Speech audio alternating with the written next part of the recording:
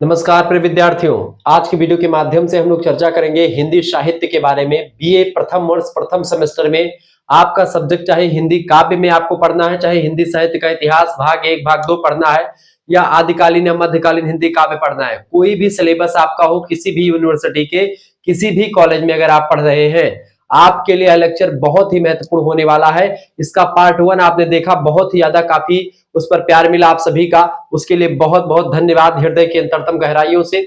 आपको बताते हुए मुझे बड़ा अच्छा लग रहा है कि हम लोगों ने उसमें चर्चा कर लिया था कबीर दास जी के बारे में। कबीर दास जी के बारे में ऐसा लेक्चर आपने नहीं देखा होगा। कबीर दास, मलिक मोहम्मद जायसी और सूरदास, ये 3 महान पुरोधा हिंदी साहित्य के दैवी प्रमाण नक्षत्र, जिनको हमने अध्ययन कर लिया था। वैसे उनको समझने के योग्य हमारे लोगों के पास बुद्धि नहीं है। इतने प्रवीण महारथी योद्धा ये लोग थे। योद्धा मतलब कि विद्वता के क्षेत्र में योद्धा की मैं बात कर रहा हूं, ठीक है। नहीं आप सोचो तलवारबाजी जानते थे, ऐसी बात नहीं है। विद्वतान मतलब विद्या के क्षेत्र में इन्होंने योद्धा का काम किया, एक महारथी का काम किया। जिस तरीके से कि युद्ध के मैदान में महारथी काम करता है, उसी प्रकार से हिंदी साहित्य के जो है हिंदी साहित्य रूपी युद्ध के मैदान में कबीर, सूर, जायसी, मलिक मोहम्मद जायसी, केशवदास, घनानंद, बिहारी, हमारे गोस्वामी बाबा तुलसीदास, इन सभी लोगों ने महारथियों की भूमिका निभाई है, ठीक है। और बाकी कभी तो सारथी और घुड़सवार और पैदल सैनिक में आते हैं हिंदी साहित्य में अगर देखें तो, लेकिन ये लोगों ने बहुत काम किया। आपको बता दूं कि हमने इन सभी के बारे में चर्चा कर लिया था।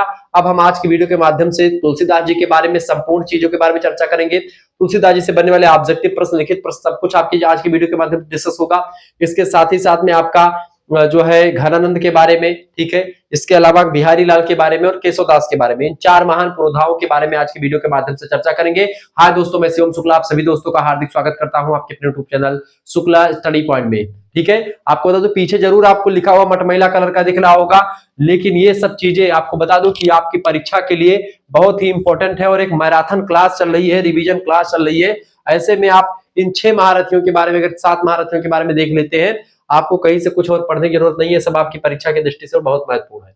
चलिए, तुलसीदास गोस्वामी बाबा तुलसीदास, इनको तो मैं भगवान के रूप में मानता हूं। अगर मेरी स्वतः की बात की जाए तो गोस्वामी बाबा तुलसीदास जी को तो मैं भगवान के समकक्ष रखता हूं, इनकी पूजा भी करता हूं। मैं रात में जब सोता हूं तो पहली बार रामचरितमानस मेरे जो है रूम में रखा हुआ है, मैं पहले उसको प्रणाम करके तब सोता हूं, ठीक है। मैं भगवान राम को प्रणाम करता हूं, ये झांकी रखी हुई है, लेकिन मैं इस रचनाकार को भी प्रणाम करता हूं जब मैं सोता हूं, जिसने इस महान विभूति नाम का एक ग्रंथ लिखा, श्री रामचरितमानस, जो कि एक प्रकार से एक धरोहर है। आपको बता दूं कि ये आप देखते हैं रामचरितमानस, इसमें भगवान श्री राम यहाँ पर है, माता सीता ये है, हनुमान जी नीचे बैठे हुए हैं, आपको लक्ष्मण जी हैं, और भरत शत्रुघ्न इधर आपके हैं।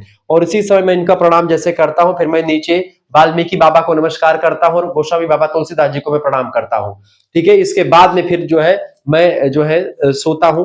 ये जो है सबसे पहली बात है कि ये मैं एक एक हिसाब से देखें तो मैं हिंदू होने के नाते, या फिर अगर देखें तो एक मैं टीचर होने के नाते प्रणाम नहीं करता हूं। मैं एक जो है अपने खुद की मैं बात करता हूं।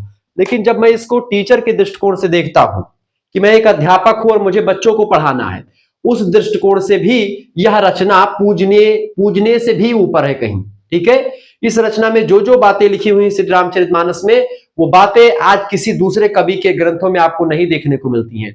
आप वेद पुराण निगमागम सम्मतम, रामचरितमानस के जो कुछ लोगों ने जब रामचरितमानस तुलसी बाबा लिख रहे थे ऐसे में, या फिर जो भी ये भी कर रहे थे, क्या नाम है, अवधि में, या फिर जो भी भाषा में अपने भजन वगैरह किया करते थे, कहानी वगैरह सुनाया करते थे, ठीक है, तो कथा वगैरह सुनाया करते थे राम जी की, तो उसको लोगों ने बहुत ज्यादा विरोध किया। काशी के घाटों पर कथा सुनाते थे, अयोध्या के घाटों पर, तो वहां के जो बड़े बड़े विद्वान लोग थे उन्होंने कहा कि इनका कौन होगा, ये तो संस्कृत में नहीं जानते, ऐसा है वैसा है। गोस्वामी बाबा तुलसीदास जी ने संस्कृत में चीजें तो नहीं लिखी कि संस्कृत की लगे से रचना लिखी, लेकिन संस्कृत की विद्वता को दिखा दिया। रामचरितमानस जब भी लिखा तो 7 कांड है इसमें। पहले कांड है बाल कांड, दूसरा है अयोध्या, तीसरा है आपका अरण्य कांड, चौथा किष्किंधा, 5वां सुंदर कांड, 6ठा का नाम है लंका कांड, जिसको युद्ध कांड के नाम से भी जानते हैं, और 7वां कांड है फाइनली उत्तर कांड। इस तरीके से रामचरितमानस में भी 7 कांड है और वाल्मीकि रामायण में भी 7 कांड है। ये बात आप ध्यान। रामायण कई ग्रंथों में, कई भाषाओं में लिखा है, जैसे कंबन मुनि ने कंबन रामायण लिखा है, ऐसे ही अलग अलग भाषाओं में रामायण लिखा गया है। जिनमें सबसे प्रसिद्ध जो है वो रामचरितमानस ही है, जिसको गोस्वामी बाबा तुलसीदास जी ने लिखा, जिसके बारे में आज हम अध्ययन करेंगे। मैं आपको बता रहा था क्या, मैं आपको बता रहा था कि इसमें जो शुरुआत में आप देखेंगे तो जो बाल कांड है, बाल कांड का जो पहले जब लिखते हैं गोस्वामी बाबा तुलसीदास तो वो संस्कृत में लिखते हैं, संस्कृत में प्रणाम करते हैं भगवान को। ठीक है, क्या करते हैं, क्या लिखते हैं कि वर्णनाम अर्थ संघानाम रसानाम छंदसामपि मंगलानाम च करतारौ वंदे वाणी विनायकौ भवानी शंकरो वंदे श्रद्धा विश्वास रूपिणौ याभ्याम बिना न पश्यन्ति सिद्धा स्वान्तः अस्थमीश्वरम वंदे बोधमयम नित्यम गुरुम शंकर रूपिणम यमासितो हि वक्रोऽपि चंद्राः सर्वर्त वंदते सीताराम गुणग्राम पुण्यारण्य विहारिणौ वंदे विसिद्धो विज्ञानो कपीश्वर कवीश्वरौ उद्भव स्थित संहार कारणीं क्लेशहारणीं सर्वश्रेष्ठीं सीताम नतोहम राम वल्लभाम। इस तरीके से प्रणाम करते हैं, सभी देवी देवताओं का आवाहन करते हैं। भारतीय धर्म ग्रंथों में मंगलाचरण लिखने की प्रथा है, यही नहीं बल्कि विदेशी परंपरा में भी अगर आप देखेंगे तो कोई भी रचना लिखने से पहले जहां का जिस धर्म का लेखक होता है अपने प्रभु, अपने भगवान, अपने जो भी होता है उनको प्रणाम करते हुए आगे चलता है। गोस्वामी बाबा तुलसीदास जी ने संस्कृत भाषा में उसको लिख करके उन विद्वानों को बताया कि मेरे अंदर विद्वता भी है, लेकिन रामचरितमानस में विद्वानों के लिए नहीं लिख रहा हूं, रामचरितमानस में अपने भक्तों के लिए लिख रहा हूं, ऐसे व्यक्तियों के लिए लिख रहा हूं जिनको राम के बारे में जानना है, अवधि में इसलिए लिख रहा हूं इसको। बाकी तुलसीदास चाहते तो उसको ब्रज में भी लिख सकते थे, तुलसीदास जी चाहते तो उसको हम वो संस्कृत में भी लिख सकते थे पूरी की पूरी रचना, लेकिन वो ऐसा नहीं किए क्योंकि उनको लोगों के बारे में सोचना था। विद्वान तो रचना समझिए, विद्वान तो भगवान राम के तमाम ग्रंथों को, वेद वगैरह को पढ़ करके, तमाम पुराणों को पढ़ करके, तमाम प्रकार के तमाम ग्रंथों को पढ़ करके जान जाएगा, लेकिन हमारे जो ये है अवधवासी है वो कैसे जान पाएंगे। राजापुर नाम ग्राम में जन्म होता है, अलग अलग विद्वानों ने इनका जन्म स्थान अलग अलग बताया, आइए चर्चा करते हैं। तो गोस्वामी बाबा तुलसीदास की अगर बात की है तो इन्होंने हर कांड से पहले संस्कृत में लिखा, हर कांड के पहले जो है संस्कृत में लिखा, ये बात आप ध्यान रखेंगे। रामचरितमानस व अक्षर से शुरू होता है, ध्यान रखेंगे। आप किसी से बहुत बड़े रामायण पढ़ने वाले आए, आप मुझसे पूछिए कि रामायण रामचरितमानस जो है किस अक्षर से शुरू होता है, तो वा से, वर्ण नाम अर्थ संघानाम रसानाम छंद समय, वर्ण नाम वा से शुरू होता है, और अंतिम अक्षर कौन सा है, वो भी वा ही है। वा माने जैसे कि मानवा, नो मानवा, लास्ट का लंका कांड उत्तर कांड का श्लोक लास्ट वाला क्या है लिखा हुआ है, नो मानवा। ठीक है, क्या लिखा हुआ है, नो मानवा, मुझे पूरा याद नहीं लेकिन नो मानवा लास्ट में है। तो वाह अक्षर पर लास्ट में खत्म होता है, और वर्णा नाम अर्थ संघानाम, वर्णा नाम अर्थ संघानाम से शुरू होता है और नो मानवा पर जाकर ही खत्म होता है। तो वाह अक्षर से शुरू हुआ है, वाह अक्षर पर बंद हुआ है। वाह का मतलब यहाँ पर से वाणी से तात्पर्य, वाणी मतलब माता सरस्वती से, इसीलिए वो पहले किसको प्रणाम करते हैं, वर्ण नाम अर्थ संघानाम रसानाम छंद सामपि मंगला नाम चकरतारो वंदे वाणी विनायको।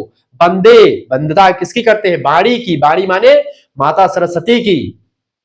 वंदे वाणी विनायको, विनायक कौन, भगवान गणेश, यानी गणेश और सरस्वती माता को प्रणाम करते हुए उन्होंने इस विशाल ग्रंथ को लिखा, जो हिंदी साहित्य में ही नहीं बल्कि विश्व के साहित्य में एक अमर निधि के रूप में जाना जाता है। लोग इसका विरोध करते हैं रामचरितमानस का, जो विरोध करते हैं उनका 7 पुस्त नहीं लिख पाएगा रामचरितमानस जैसा कोई ग्रंथ। एक कांड की एक 10 चौपाई का व्याख्या सरल भाषा में अगर बोल देंगे, क्योंकि इसकी टीका लिख दो आप, वो टीका नहीं लिखने के योग्य है और उस पर वो प्रश्न चिन्ह उठाते हैं। उस रामचरितमानस के लेखक महान कवि तुलसीदास जी के बारे में आज की वीडियो के माध्यम से हम चर्चा करेंगे। आइए जानने का प्रयास करते हैं। संक्षिप्त परिचय। रामचरितमानस गोस्वामी बाबा तुलसीदास द्वारा रचित एक महाकाव्य है। मैं ये नहीं कह रहा हूं कि मैं हिंदू होने के नाते या फिर रामचरितमानस में मेरी आस्था है, मैं ब्राह्मण हूं इसीलिए मैं इसका समर्थन करता हूं।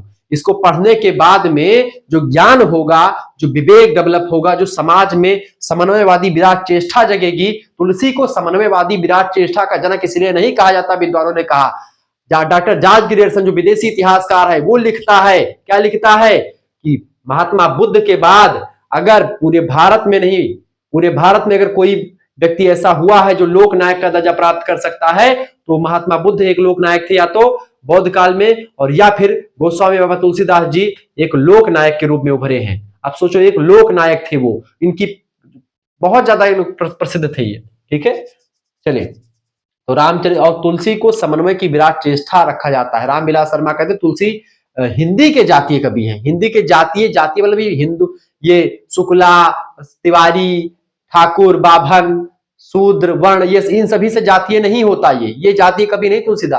तुलसीदास भले ही आत्माराम दुबे के पुत्र रहे हों, लेकिन उन्होंने तुलसीदास दुबे कहीं पर नहीं लिखा है। तो ये बात भूल जाइए कि वो ब्राह्मण के लिए लिखे हैं या ब्राह्मणों के बड़ाई करे हैं। उस समय के ब्राह्मणों की बड़ाई, ब्राह्मण चूंकि जिस समय रामचरितमानस चल रहा था उस समय ब्राह्मण थे। तुलसीदास लिखते हैं कि भाई विप्र को लेकर के क्या लिखते तुलसीदास जी कि इंद्र कुलिस मम सूल विशाला काल दंड हरि चक्र कराला जो इन कर मारा नहीं मरई विप्रद्रोह पावक सो जरई।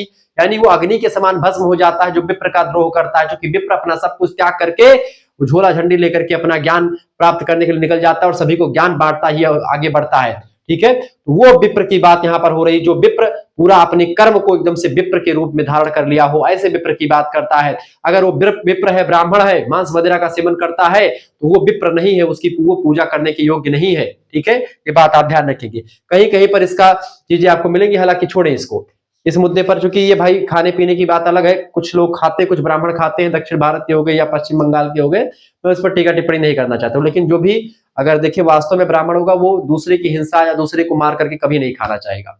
एक बात उनकी कल्चर है, उनका संस्कृति, मैं वो नहीं जानता कि क्या है, लेकिन उत्तर भारत की जो संस्कृति है ब्राह्मणों की, वो इस तरीके से रही है।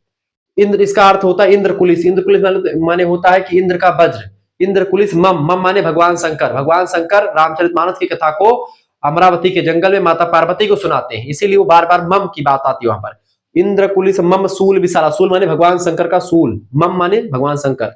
मम सूल विशाला काल दंड हरि चकार का फांस से जो व्यक्ति बच सकता है, भगवान शंकर के त्रिशूल से बच सकता है, इंद्र के वज्र से बच सकता है, काल दंड हरि चक्र कराला भगवान सुदर्शन के चक्र से बच सकता है भगवान के। ठीक है, उस व्यक्ति को अगर विप्र का द्रोह व्यक्ति कर लेता है तो वो अग्नि के समान भस्म हो जाता है, अग्नि के समान वो जल जाता है। इस विप्र द्रोह पावक सुजरी, इस तरीके से गोस्वामी बाबा तुलसीदास जी लिखते हैं।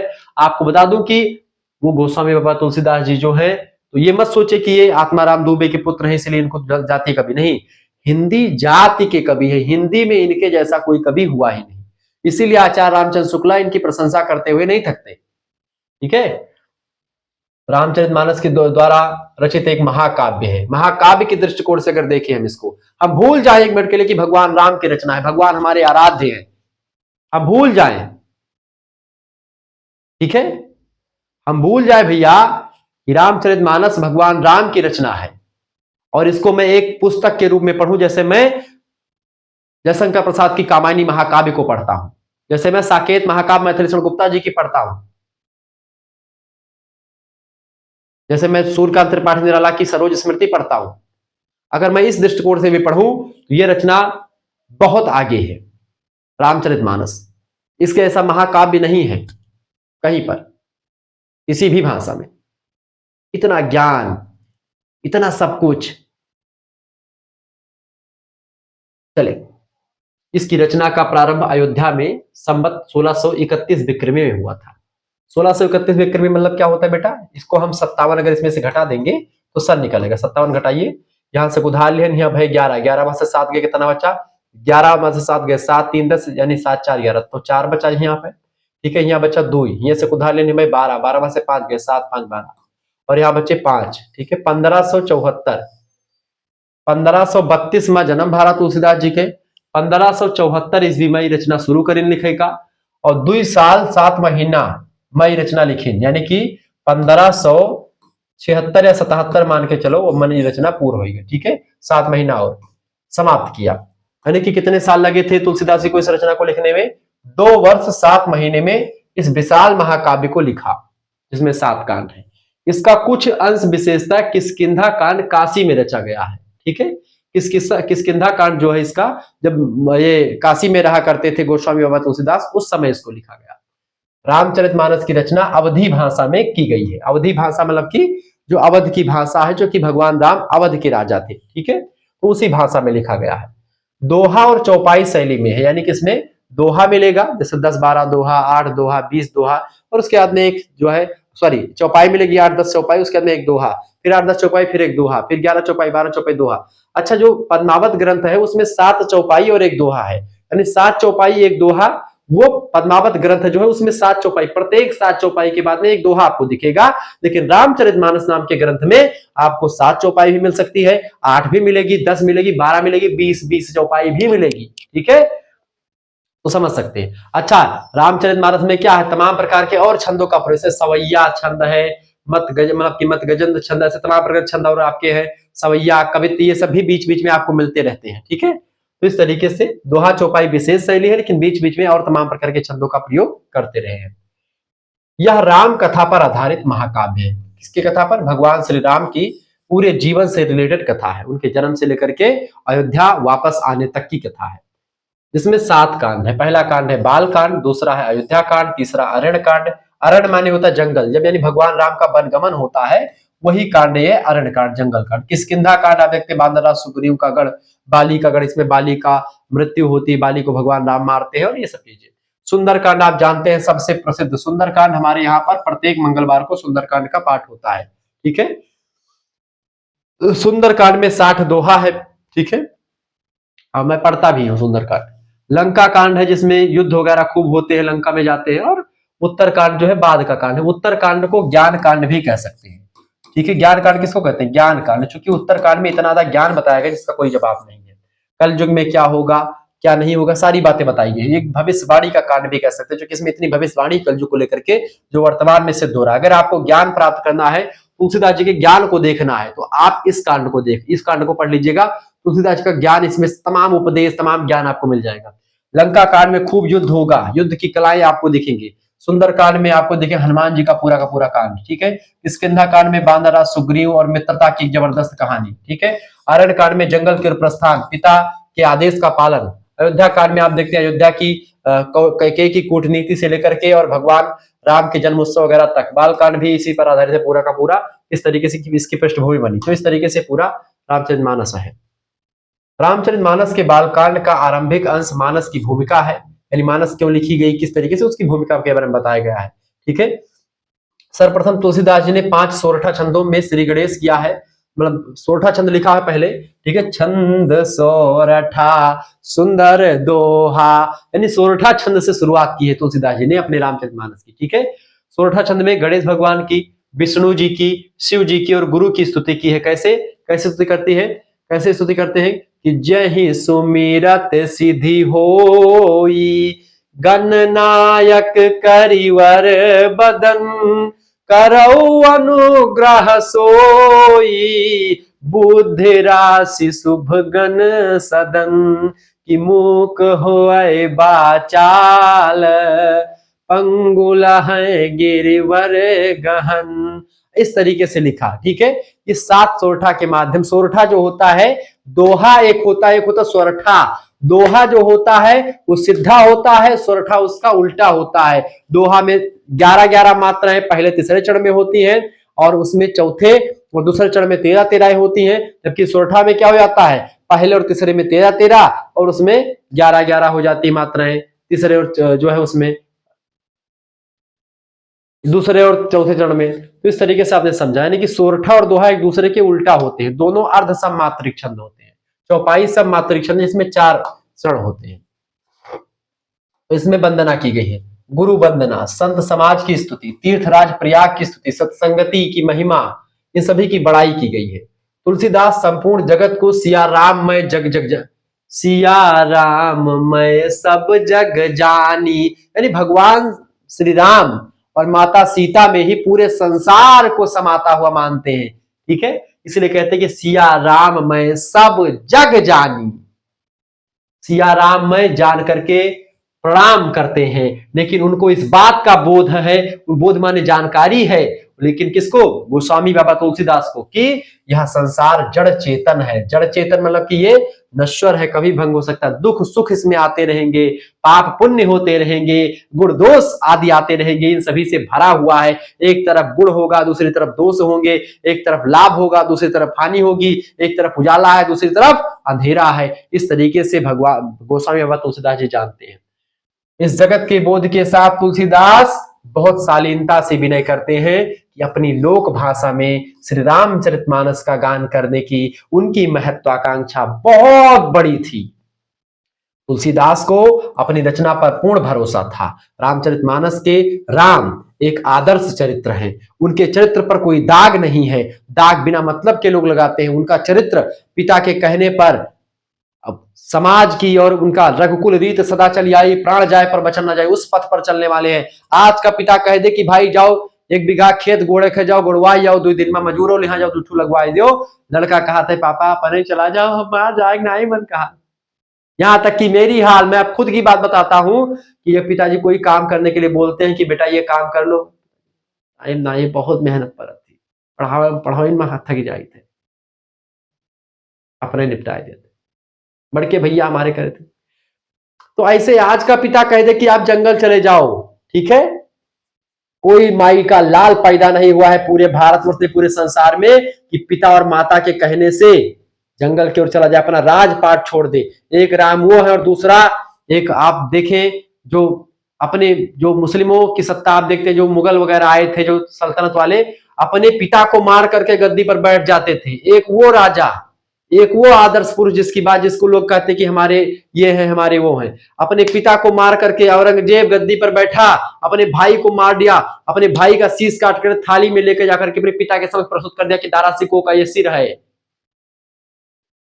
और एक वही भाई भरत है जो अपने राजपाट उसकी माता की कुटिल नीति की वजह से पा भी गया, लेकिन उसने राज को स्वीकार नहीं किया और भगवान राम का खड़ाऊ लेकर के वहां से चित्रकूट से अब भरत जो है अयोध्या तक आए, खड़ाऊ सर पर रख करके, उसी खड़ाऊ को सिंहासन पर रख करके पूरा राजपाट चलाते रहे।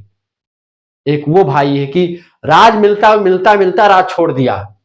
आप ऐसे उस महान चरित्रात्मा भगवान श्री राम का ग्रंथ है, तो उसको समझने के लिए बहुत बड़ी विशाल माइंडसेट की जरूरत पड़ती है। आदर्श चरित्र है प्रभु श्री राम, भूल जाइए कि भगवान है, आदर्श चरित्र है। उनके जैसा बड़ा भाई, उनके जैसा पुत्र, उनके जैसा पति पूरे संसार में आपको नहीं दिखेगा। भगवान राम कहते हैं भगवान राम के खानदान में 2-3 शादियां मामूली बात थी। राजा दशरथ की, उनके पिताजी की 3 शादियां हुई थी, कौशल्या, कैकेयी और सुमित्रा, 3 पत्नियां, मतलब कि 3 पत्नियां थी राजा दशरथ की। भगवान राम नहीं चाहते कि भाई एक स्त्री को अगर कोई हर ले गया है, ठीक है, रावण हर ले गया है, तो फिर वो चाहते तो दूसरी शादी कर लेती। बहुत सारे ऑप्शन उनके पास थे, बहुत सारे लोगों का रिश्ता आया होगा। भगवान राम ने कहा नहीं, अपनी नारी को छोड़ सभी दुनिया में जितनी नारी है, रिश्ते में मेरे कुछ और नहीं, माँ बेटी बहन हमारी है। ये है भगवान श्री राम। जब लोग उन पर उंगली भर, सभी को माता, बहन, बेटी, जो उनके समकालीन उनको बहन के रूप में देखते हैं, उनसे बड़ी है उनको माता के रूप में, उनसे छोटी है पुत्री के रूप में देखते हैं। यही जो है एक प्रकार से अगर ऐसे ही सब व्यक्ति हो जाए तो आजकल के जितने भी अपराध हो रहे हैं सब बंद हो जाए। भगवान राम का वो आदर्श है। तो भगवान राम हमारे आदर्श है कि मुगल बादशाह बाबर हमारा आदर्श है? भगवान राम आदर्श है। मर्यादा पुरुषोत्तम है, पुरुषों में सबसे उत्तम, हर चीज को करने वाले, समाज के प्रत्येक वर्ग के लिए आदर्श व्यवहार करते हैं, ठीक है, सभी व्यक्ति। कसौटी राम का चरित्र है। राम जो है हर एक जाति, हर एक सबके लिए एकदम से काम करते हैं। राम राज्य में सिंह और हिरण एक ही घाट पर पानी पीता था, वही राम राज की कल्पना लेकर के आप देखते हैं कि बहुत सारे जो मुसलमान जो है इस समय के, वो भी राम जी को इतना मान रहे, कहते कि भाई राम की मंदिर बनने के लिए मुसलमानों ने साथ दिया। मुसलमानों ने कहा कि भाई मैं आगे आता हूं। बहुत सारे मुसलमान संगठन आए कि भाई राम जी की मंदिर, राम जी में हमारे आराध्य हैं, और उन्होंने खुद कहा कि भाई मंदिर बनाओ। कुछ लोग विरोध कर रहे थे, जो विरोध वो कर रहे थे जो राजनीतिक रूप से रोटियां सेकना चाहते थे, और सपोर्ट वो कर रहे थे जो वास्तविक में मुसलमान थे, वास्तव में मुसलमान थे। तो इस तरह की चीजें हुई।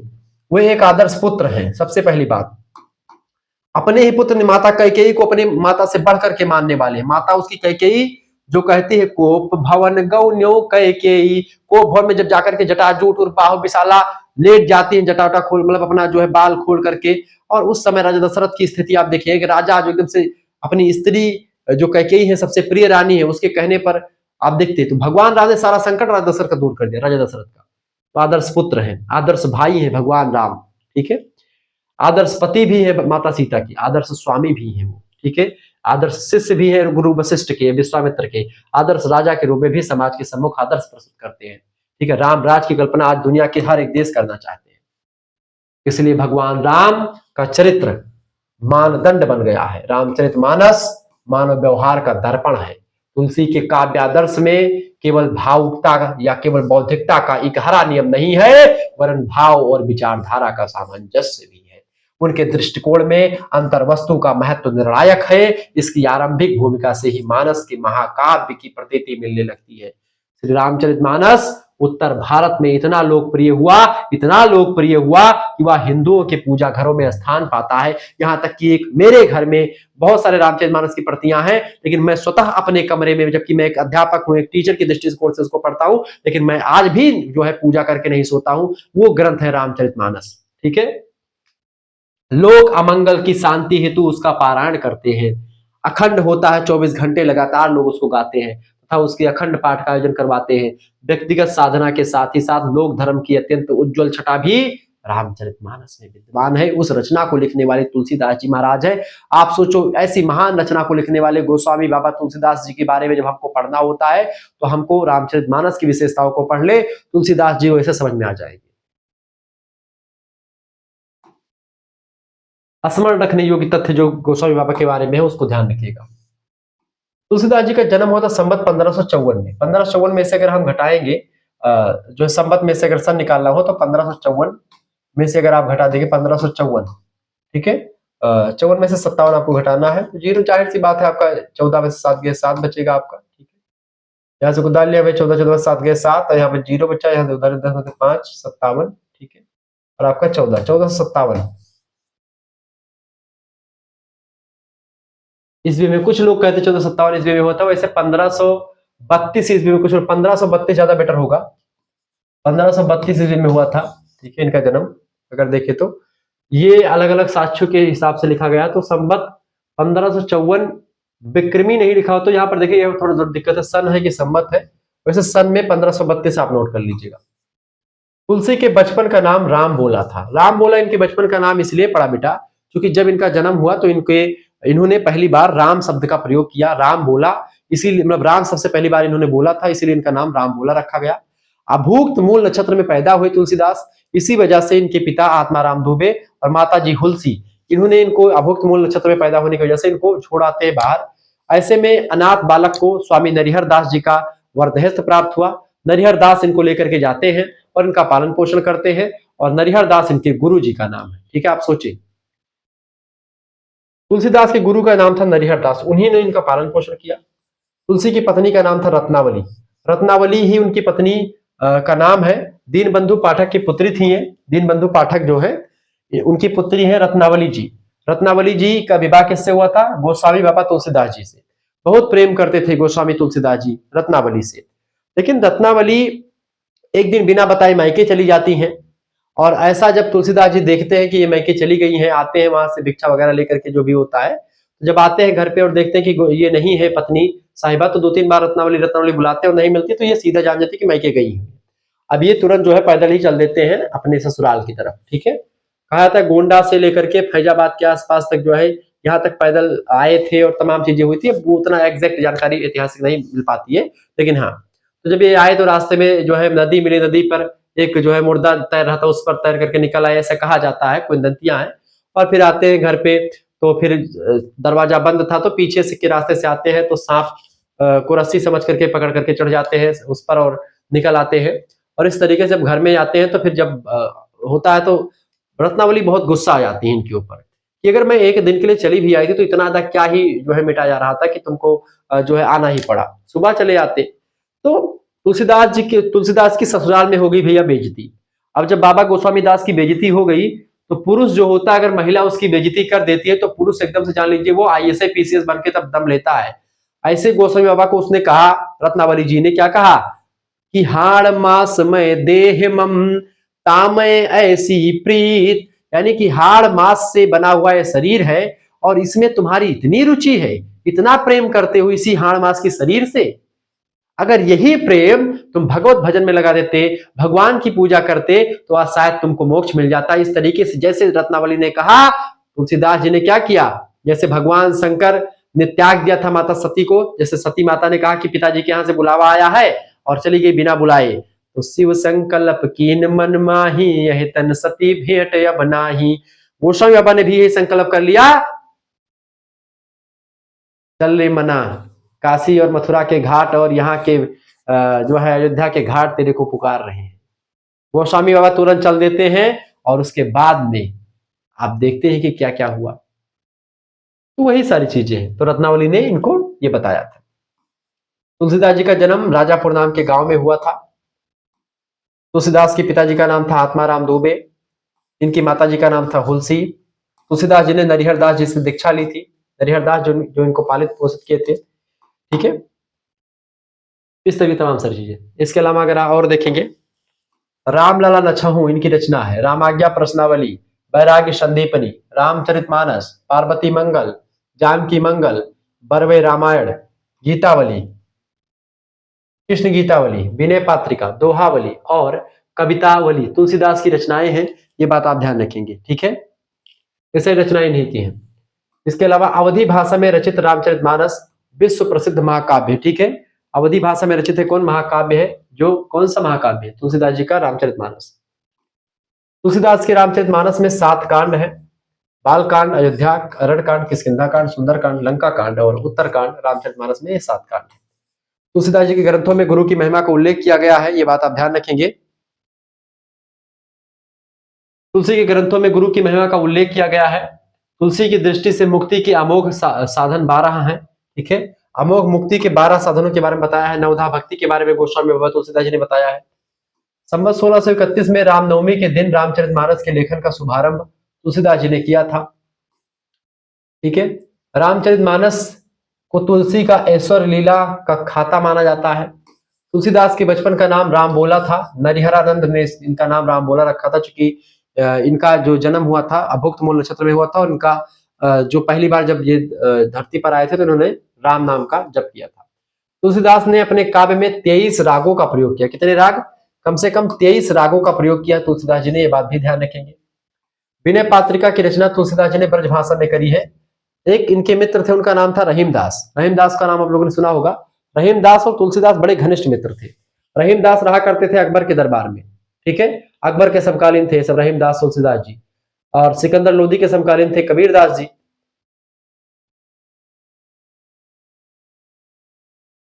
अरे यार क्या बात है, 1 मिनट रुक जाओ, क्लास ले रहा हूं। चलिए एक बार किसी का अगर फोन कट करो, मैं जो नंबर देता हूं यहां पर यूट्यूब पर, उसी पर इतना फोन कर देंगे बच्चे, इतना फोन कर देंगे जिसका कोई जवाब नहीं। मैं बताता हूं कि व्हाट्सएप पर एसएमएस कीजिए, फोन मत कीजिए। जब फोन मैं फ्री हूंगा रात बिरात तो मैं देखूंगा आपका नंबर, और एसएमएस करने के लिए ही नंबर इसलिए दिया था ताकि क्या, किस लिए नंबर देते हैं, ताकि आप जुड़ सके, पीडीएफ वगैरह प्राप्त कर सके। एक बार पीडीएफ इतना इतना फोन कर देंगे, इतना फोन कर देंगे कि पूरा बंद ही करना पड़ता नंबर। व्हाट्सएप पे लिख दो तो भाई समय मिलेगा हम देख लेंगे, अपना अपना आपका रिप्लाई दे देंगे, समझा देंगे आपको। चलिए, विनय पात्रिका की रचना तुलसीदास जी ने ब्रजभाषा में किया था। क्यों किया था इसी बारे में बता रहा था कि गोस्वामी बाबा तुलसीदास के मित्र थे रहीमदास जी। तो रहीमदास जो थे बड़े ही विद्वान आदमी थे। अकबर के नौरत्नों में से एक उनको स्थान मिला हुआ था। अकबर के एक बहुत बड़े सेनापति हुआ करते थे। जब अकबर 9 साल के थे, पानीपत का द्वितीय युद्ध हो रहा था, उस समय अब्दुल रहीम खान खाना, जिनका नाम है रहीमदास जी, उनका पूरा नाम है अब्दुल रहीम खान खाना, उनके पिताजी थे, उनका नाम था बैरम खान। तो बैरम खान अकबर के संरक्षक हुआ करते थे। 1554 ईस्वी की बात है और बैरम खान और हेमू के बीच में युद्ध होता है। वैसे अकबर नाम मात्र का राजा था उस समय। हुमायूं आप जानते ही, हुमायूं बार बार हारता रहा है, तो अकबर बनता है हुमायूं की मृत्यु के बाद में, और इस तरीके से आप देखते हैं कि वो रहीम के पिताजी जीत जाते हैं। बैरम खान के नेतृत्व में अकबर जीत जाता है और इस तरीके से अकबर की ख्याति हो जाती है। अकबर बार बार गोस्वामी बाबा तुलसीदास जी को अपने दरबार में बुलाने का प्रयास करता रहता था। उस गोस्वामी तुलसीदास जी को बुलाओ यहाँ पर, ठीक है, हमारे दरबार की शोभा बढ़ाएं। वो रहीमदास जी चूंकि थे ही, वो रचना लिखते ही रहते थे कि रहमन पानी राखिए बिन पानी सब सोन, पानी गए न उबरे मोती मानुष चोन। ठीक है, तो ऐसे ही वो सोचते थे कि गोस्वामी तुलसीदास जी भी हमारे दरबार में ही रहे, लेकिन बार बार बुलावा देने पर भी गोस्वामी तुलसीदास जी नहीं गए। तो गोस्वामी ने क्या कहा, बाबा तुलसीदास जी ने क्या कहा, कैसे मना किया समझे। उन्होंने कहा कि मेरे लिए, मैं एक उसी व्यक्ति के सामने सर झुकाता हूं जो भगवान राम है, बाकी मेरे लिए कोई भी उनसे बढ़ करके नहीं है। कोई भी राजा महाराजा मैं सिजदा पाबोस नहीं कर पाऊंगा, मैं किसी के सामने झुक नहीं पाऊंगा। मेरे लिए एक भरोसा, एक बल, एक आस विश्वास। तुलसीदास जी ने यही कहा उस समय, एक भरोसो एक बल, एक आस विश्वास, एक राम घनश्याम हित चातक तुलसीदास। तुलसीदास के लिए और कोई नहीं है, बस वही भगवान श्री राम। और जो व्यक्ति विश्वास करके सब कुछ छोड़ देता है, तन मन धन सब कुछ तेरा तुझको अर्पण क्या लागे मेरा, उस व्यक्ति को भगवान भवसागर से नैया उसकी पार उतारते ही, बात आप ध्यान रखेंगे। तो गोस्वामी तुलसीदास जी गए नहीं, लेकिन तो रहीमदास जी ने रिक्वेस्ट करी, कहा कि भाई अगर आ नहीं रहे हो तो आप मेरे लिए कुछ कर ही दीजिए, कुछ रचनाएं ही लिख दीजिए ब्रजभाषा में हमारे फैन फॉलोइंग के लिए। तो तुलसीदास जी ने कहा कि हाँ भाई ठीक है मैं लिख दूंगा। तो उन्होंने विनय पात्रिका नाम की रचना ब्रजभाषा में लिखी। ऐसे 2-3 रचनाएं और भी ब्रजभाषा में लिखी, ताकि जो है ब्रजभाषा वाले लोग भी रचनाओं को जाने। जैसे बरवय रामायण लिख दिया उन्होंने बरवय छंद में। तुलसीदास ने प्रथमतः विनय पात्रिका का नाम विनयावली रखा था, ठीक है, ध्यान रखेंगे। रामचरितमानस की रचना आचार्य शुक्ल के अनुसार 2 वर्ष 11 महीने, मतलब 2 वर्ष 7 महीने में हुई थी, ठीक है। संविधान बनने का समय कितना है? 2 वर्ष 11 महीने 18 दिन में संविधान निर्माण हुआ था, बहुत सारे लोगों ने मिलकर के बनाया था। और 2 साल 7 महीने में रामचरितमानस तुलसीदास जी महाराज ने लिखा। राम कथा का मार्मिक संग्रह चित्रकूट प्रसंग था, एक मार्मिक संग्रह है। ज्ञान भक्ति का, चूंकि ऑब्जेक्टिव में प्रश्न पूछा था कि राम कथा का मार्मिक प्रसंग क्या है, चित्रकूट प्रसंग है।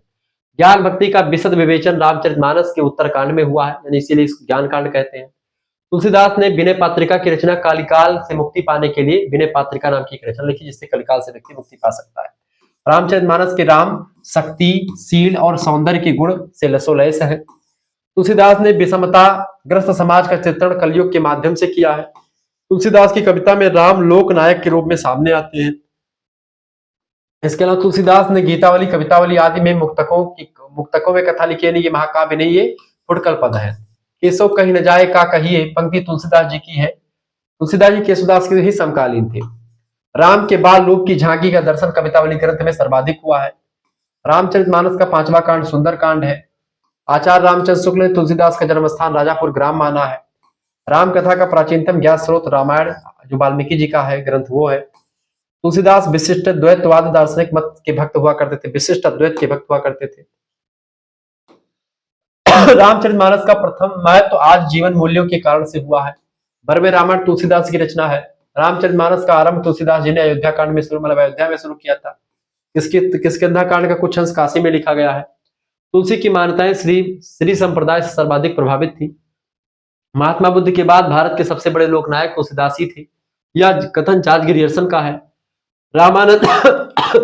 रामानंद की बात की तो रामानंद शिष्य परंपरा में तुलसीदास जी 7वीं पीढ़ी में आते हैं, यानी रामानंद की जो शिष्य परंपरा है उसमें 7वीं पीढ़ी के शिष्य हैं तुलसीदास जी, ठीक है, ये बात ध्यान रखेंगे। मैं वो क्यों देता हूं आपके पास, क्या नाम है, नंबर क्यों बताता हूं इसके जो जुड़ने के लिए, पीडीएफ नोट्स प्राप्त करने के लिए। 91 61 93 60 62। जिन बच्चों को पीडीएफ नोट्स प्राप्त करना, सभी सब्जेक्ट का पीडीएफ नोट्स और क्रैश कोर्स, हिंदी की जो वीडियोस आपको प्लेलिस्ट आपको यूट्यूब पर दिखती होगी, वो सारी पीडीएफ प्लेलिस्ट आपको मिल जाएगी यहाँ पर। जैसे आप जुड़ेंगे, अपना नाम, अपनी यूनिवर्सिटी का नाम, अपने सब्जेक्ट के नेम लिख करके भेज दीजिएगा। समय बहुत कम बचा हुआ, उसके लिए पूरी तैयारी यहाँ पर कीजिए। सभी सब्जेक्ट के नेम आपके लिए मिल जाएगा, ठीक है। आपके सेमेस्टर में आप लिख करके भेज दीजिएगा। पहला सेमेस्टर है, आपके लिए पूरी व्यवस्था कर दी गई है। क्रैश कोर्स पूरा मिल जाएगा। इस नंबर पर व्हाट्सएप पर एसएमएस करेंगे, क्या अपना स्कैनर भेजेंगे और एसएमएस कर दीजिएगा जो मैंने लिखा, नाम, यूनिवर्सिटी का नाम, सब्जेक्ट नेम। जैसे स्कैनर भेजेंगे आपके पास एक क्यूआर कोड भेजा जाएगा। उसी क्यूआर कोड पर आपको मात्र 100 रुपए फीस जमा कर देनी है। उसके बाद में आपको व्हाट्सएप ग्रुप से जोड़ा जाएगा। वहीं पर आपको लाइव क्लास के link, PDF notes, model paper, revision class, marathon class, सब कुछ मिलेगा। सबसे इंपॉर्टेंट बात है कि यहाँ पर जो पीडीएफ नोट्स मिलेगा आपके लिए बहुत इंपॉर्टेंट होगा, जरूरी होगा, और परीक्षा में सीधे तौर पर क्वेश्चन आएंगे आपके, ठीक है। ये जो पीडीएफ आप मैं पढ़ा रहा हूँ, ये पीडीएफ भी आपको दे दूंगा, ठीक है। सारे पीडीएफ मिल जाएंगे, तमाम सारे प्रैक्टिस सेट, यहाँ तक कि आपके लिए ऑब्जेक्टिव टाइप की प्रैक्टिस सेट आपको मिल जाएगी। ऑब्जेक्टिव टाइप के मॉडल पेपर मिल जाएंगे, लिखने वाले प्रैक्टिस सेट आपको मिल जाएंगे, यूनिट वाइज 2-3-4 तमाम सब प्रकार की पीडीएफ मिल जाएगी, ठीक है। सब कुछ आपको मिल जाएगा। केवल एक सब्जेक्ट नहीं, आपके तीनों चारों सब्जेक्ट का मिल जाएगा। यानी कि आपके जैसे कि मान लेते हैं हिंदी के साथ आपका संस्कृत है, ज्योग्राफी है, पॉलिटिकल साइंस है, हिस्ट्री है, सभी के पीडीएफ नोट्स आपको मिल जाएंगे, जिसको आप कम समय में पढ़ करके अपनी परीक्षा अच्छे तरीके से दे पाएंगे, ठीक है। जो बच्चे चाहते हैं कि गुरुजी हम पहले सेमेस्टर का तो पढ़ेंगे, साथ ही साथ में हमको आगे भी आप इससे पढ़ना, सेकंड सेमेस्टर का भी, तो देखिए फर्स्ट सेमेस्टर और सेकंड दोनों सेमेस्टर का एक साथ अगर जो बच्चा लेता है तो मात्र और मात्र 150 रुपए फीस में हो जाएगा। क्योंकि पहले सेमेस्टर की फीस कितनी है, 100 रुपए है। 100 रुपए दूसरे सेमेस्टर की फीस लगेगी। वैसे में दोनों सेमेस्टर की फीस जो है 200 रुपए हो जाती है। लेकिन अगर इकट्ठा आप लेंगे तो वही फीस आपकी 50 रुपए कम कर दी जाती है। इस समय के लिए किया गया है, एग्जाम समय में जो बच्चा लेगा इस कोर्स को उसके लिए पूरी व्यवस्था कर दी गई कि भाई उसके लिए फीस केवल 150 रुपए में आपको मिल जाएगा। उसमें फर्स्ट सेमेस्टर की तैयारी आपकी पूरा, सेकंड सेमेस्टर की 6 महीने तक भी उसकी तैयारी में इंक्लूड कर दिया जाएगा। जिन बच्चों को जुड़ना तुरंत समझ के जुड़ जाए जी। डरिए मत कि गुरुजी स्कैनर भेजे, स्कैनर जैसे में स्कैन करेंगे कुछ हो जाएगा। जैसे आप नॉर्मली पेमेंट करते हैं वही स्कैनर होता है, उसी पर आपको स्कैन करके फीस जमा कर देनी है। ये फीस आप खुद भी जमा कर सकते हो, किसी दूसरे से भी जमा करवा सकते हो। तो व्हाट्सएप पर ही एसएमएस करना है, फोन कॉल्स नहीं करनी है क्योंकि बहुत ज्यादा फोन आ जाते हैं। ठीक है, एसएमएस करेंगे, आपके पास स्कैनर भेजेंगे, तुरंत आप पेमेंट कीजिए, किसी दूसरे से करवा दीजिए। 1 घंटा 2 घंटा बाद भी पेमेंट कर सकते हैं, कोई दिक्कत की बात है। 1-2 दिन बाद भी कर सकते हैं, जब भी आपकी इच्छा हो तब कर सकते हैं। लेकिन जो है पेपर नजदीक है तो आप जल्दी से पेमेंट कर दें ताकि जो है तुरंत आपके पास छोड़ दिया जाए। ठीक है, चलिए तो अब बिहारी लाल के बारे में चर्चा करते हैं। गोस्वामी बाबा तुलसीदास जी हो ही गए आपके, अब चलते हैं बिहारी लाल। बिहारी के बारे में अगर बात की जाए, बिहारी लाल रीतिकाल परंपरा के सबसे प्रमुख कवि। बिहारी की एकमात्र रचना हिंदी साहित्य में है बिहारी सत्सई। 713, 721 या 719 दोहे, अलग अलग विद्वान अलग अलग बताते हैं। उसी को लिख करके हिंदी साहित्य नहीं बल्कि विश्व साहित्य में अपना अमूल्य स्थान रखते हैं। अतुलनीय स्थान है इनका बिहारी लाल का। बिहारी लाल के दोहों की अगर बात की जाए तो एक एक दोहे हिंदी साहित्य के एक एक रत्न, एक एक निधि के रूप में है। हिंदी साहित्य के गागर में सागर भरने वाले यही कवि हैं। कौन? तो ये क्या नाम है, बिहारी लाल जी। बिहारी लाल की अगर बात की जाए, इन्होंने जबरदस्त तरीके से इतना जबरदस्त दोहे लिखे हैं, एक एक दोहों की 3-3 पन्ने में 3-3 पेज में व्याख्या करें तब भी कम ही पड़ जाता है। ऐसी व्याख्याएं तुलसी मतलब अगर बिहारी लाल की परिभाषा दोहों की अगर आप समझना चाहें तो बहुत ही विद्वता होनी चाहिए आपके पास दिमाग होना चाहिए। ये बहुत ज्यादा विद्वान है। ठीक है, और रीति सिद्ध परंपरा के कवि हैं ये, रीतिबद्ध नहीं है, रीतियों से मुक्त होकर के रचना लिखते हैं। केवल दोहा चौपाई मतलब दोहा में लिखा है 713 या 721 या 719 दोहा लिखा है। एक ही मात्र रचना है पूरी हिंदी साहित्य में इनकी, बिहारी लाल। एक ही ऐसे अकेले कवि जिनकी एक रचना है और वही तबाही मचा करके रख देती है। ठीक है, कैसे? जैसे कहते हैं एक बिहारी सब पर भारी, तो एक बिहारी ये सभी रीतिकालीन कवियों पर भारी है। ठीक है, जैसे बिहारी, इस समय बिहार के बारे में पूछो ना भैया, चुनाव चल रहा था, खेसारी लाल यादव एक छपरा विधानसभा की विधायकी के चुनाव लड़ रहे थे और मोदी जी से अपनी तुलना करने लगे, कहे कि हमको कोई माई का लाल हरा नहीं सकता, ये नहीं कर सकता। देखिए जो जो वास्तविक नेता होता है बोलता नहीं है, चुप्पे में जीत जाता है। किसी को नहीं पता होगा खेसारी लाल के खिलाफ कौन खड़ा था, वो जीत गया। आप सोचो किस तरीके से हो रही है, तो इसमें कुछ करना। देखिए अब ओझा जी हमारे खड़े हो गए थे, बहुत ज्यादा राजनीति में चले गए थे, हार गए, क्या करूंगे। राजनीति में जो व्यक्ति राजनीति कर रहा है बहुत दिन से, 10 साल 20 साल से, उकरे सामने खड़ा हो वो जनता, राजनीतिक वो जानती कि जनता क्या चाहती है, जनता को क्या पसंद है। और जब नया नया कोई व्यक्ति जाता है, भले उसकी फैन फॉलोइंग बहुत हो, लेकिन क्या वो उन चीजों को समझता है? नहीं। तो भाई राजनीति राजनीतिक लोग ही जान पाते हैं, हम जैसे पढ़े लिखे लोगों के ऊपर हो जाती राजनीति कभी कभी। हालांकि चले कोई बात नहीं है, हार जीत लगी रहती है, आज हारे हैं कल जीतेंगे। ठीक है, तो बिहारी लाल की बात हो रही है। तो बिहारी लाल जो है वो बिहारी बिहार से नहीं थे बल्कि बिहार से थे, इसलिए इनको बिहारी कहा गया। ऐसी बात नहीं, ग्वालियर के थे कविवर बिहारी लाल। इनके बारे में कहा जाता है कि सतसैया के दो हरे और ज्यों नावक के तीर, और देखन में छोटे लगे लेकिन तीर के घाव बड़ी गंभीर होते। देखो नोक देखो एक भैया, घाव करें गंभीर। ठीक है, तो तीर जिस तरीके से घाव करता है, ऐसे इनके एक एक दोहे जो होते हैं हिंदी साहित्य के जो विद्वान हैं उनको घाव कर देते हैं, इतना चुभते हैं यानी कि हृदय की अंतरतम गहराइयों तक चले जाते हैं। बड़े दोहे बड़े ही जबरदस्त हैं, छोटे छोटे हैं लेकिन वो पढ़ने पर बहुत ही मौज मस्ती दे जाते हैं। कविवर बिहारी का जन्म 1652 विक्रमी में हुआ था, संवत में। अगर इसमें से आप घटा देंगे, वो घटा देंगे, क्या घटा देंगे बेटा, इनमें से आप घटा दीजिएगा तो 1558 लगभग में पड़ेगा, उसमें जन्म हुआ था ईस्वी में। ग्वालियर में जन्म हुआ था, बसुआ गोविंदपुर नाम का गांव है इनका, वहीं पर जन्म हुआ था। बिहारी के पिताजी का नाम था केशव। बिहारी की दीक्षा गुरु नरिहर दास थे। दीक्षा गुरु कौन थे? नरिहर दास थे। इनको दीक्षा किसने दी थी? नरिहर दास जी ने दी थी। संवत 1665 विक्रमी में शाहजहां ने बिहारी को आगरा बुलाया था। सम्राट शाहजहां के दरबार में रहते हुए बिहारी का परिचय महाकवि रहीम तथा अन्य बहुत से लोगों से हुआ। ठीक है, रहीम दास जी भी चूंकि आप देखते हैं अकबर के दरबार में रहते थे। अकबर का देहांत होता, अकबर का लड़का कौन है? अकबर का लड़का का क्या नाम था? शाहजहां ही नाम, सॉरी जहांगीर नाम था। जहांगीर के बाद में कौन आता है? जहांगीर के बाद में उसका लड़का अकबर होता है। सॉरी जहांगीर का लड़का शाहजहां है। तो उन्हीं के दरबार में परिचय हुआ। संवत 1672 विक्रमी में बिहारी अपनी वार्षिक वृत्ति लेने के लिए जयपुर गए थे। वार्षिक वृत्ति मतलब कि जयपुर में जयपुर का एक राजा था महाराज जयसिंह। तो जयसिंह के यहाँ पर ये मतलब कि रहा करते थे, तो उनसे पैसा रुपया लेने के लिए गए थे, वार्षिक वृत्ति लेने के लिए गए थे कि क्या क्या हमको मिला है। तो जब वहां पर गए तो उनको पता लगा कि महाराज जयसिंह जो हैं अपनी पत्नी में एकदम से लिप्त है, भिड़े हुए हैं, उनको कुछ अता ही पता नहीं कि हाँ राज कैसे चल रहा कैसे नहीं। नवहोड़ा पति, नवहोड़ा मतलब अभी नई नई शादी हुई है भैया, और नई नई शादी पर जब पत्नी आती है तो ना तो पत्नी का जो है मन होता है कहीं बाहर जाने का, मतलब पत्नी का मन होता है कहीं घूमने जाए, पति का मन होता है, पति भी पत्नी में एकदम से, पत्नी और पति एकदम से मिले हुए होते हैं। जब वो शादी के 4-5 साल 6 साल बीत जाते हैं तब जाकर के थोड़ा सा उनको रिलैक्स होता है। तो नवहोड़ा पत्नी थी, नई नई प्रेम हुआ, तो नई नई शादी हुई थी, अभी बहुत ही उम्र ज्यादा नहीं थी, जैसे की उम्र थोड़ी ज्यादा ही थी, लेकिन इसकी पत्नी की उम्र अभी कम थी। इसने सरोवर में इतने डूब चुके थे, इसने मैंने प्रेम के सरोवर, सरोवर माने होता है जल, एक ऐसे सरोवर यानी कि तालाब, सरोवर जो होता है प्रेम सरोवर, स्नेह सरोवर, इतने प्रेम में लिप्त हो चुके थे कि राजपाट पूरा विमुख हो चले थे।